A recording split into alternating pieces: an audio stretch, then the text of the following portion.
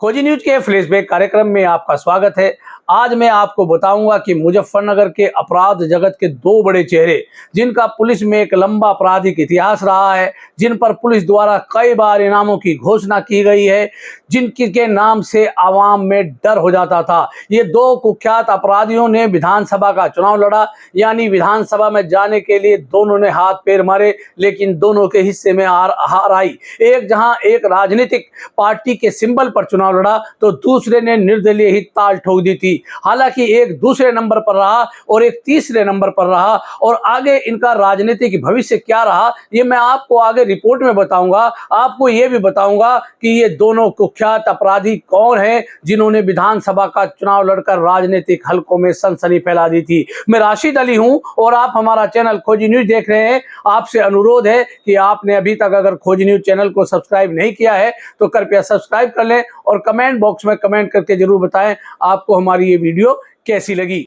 मुजफ्फरनगर के अपराध जगत के दो बड़े चेहरे, जिन्होंने अपने काले दामन को सफेद करने के लिए राजनीति में एंट्री मारी, और एंट्री भी उस समय मारी जब विधानसभा चुनाव चल रहे थे। ये दो बाहुबली कौन थे जिन्होंने विधानसभा का चुनाव लड़ा? इनमें सबसे पहले नाम आता है नफीस कालिया का। मुजफ्फरनगर शहर के लद्दावाला में रहने वाले नफीस कालिया का आतंक एक समय पूरे जोरों पर था। पुलिस रिकॉर्ड के मुताबिक उनकी एक लंबी क्राइम हिस्ट्री थी। अपहरण करना उनका शगल था, हत्या करना उनका शगल था। यानी नफीस कालिया मुजफ्फरनगर के अपराध जगत का एक बहुत बड़ा चेहरा थे, और अपराध जगत के काले दामन को सफेद करने के लिए नफीस कालिया ने सियासत में एंट्री करी। बात बता रहा हूं साल 1996 की। 1996 में उत्तर प्रदेश में विधानसभा चुनाव हो रहे थे।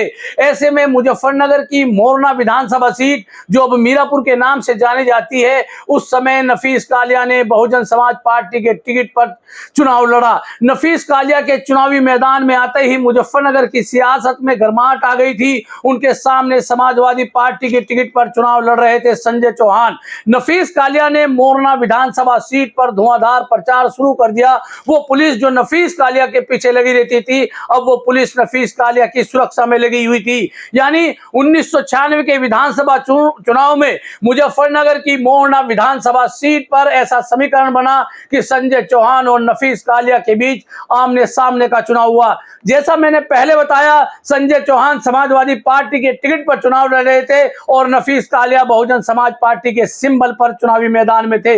जब चुनावी नतीजे आए तो संजय चौहान ने 57,005 वोट पाकर बहुजन समाज पार्टी के नफीस कालिया को लगभग 10,000 वोटों से हरा दिया था। यानी नफीस कालिया को उस चुनाव में लगभग 47-48 हजार वोट मिली थी। नफीस कालिया की मंशा अधूरी रह गई कि वो अपराध जगत से सियासत के मैदान में आकर विधायक बनकर माननीय बन जाता, लेकिन समाजवादी पार्टी के संजय चौहान ने उन्हें मात दे दी और नफीस कालिया का यह सपना अधूरा ही रह गया।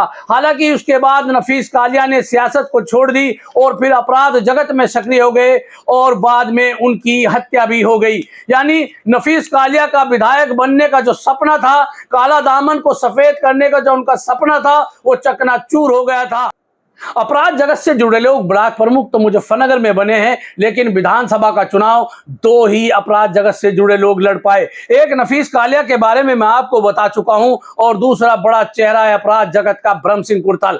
ब्रह्म सिंह कुर्तल मुजफ्फरनगर की बुढ़ाना कोतवाली इलाके के कुर्तल गांव के रहने वाले हैं।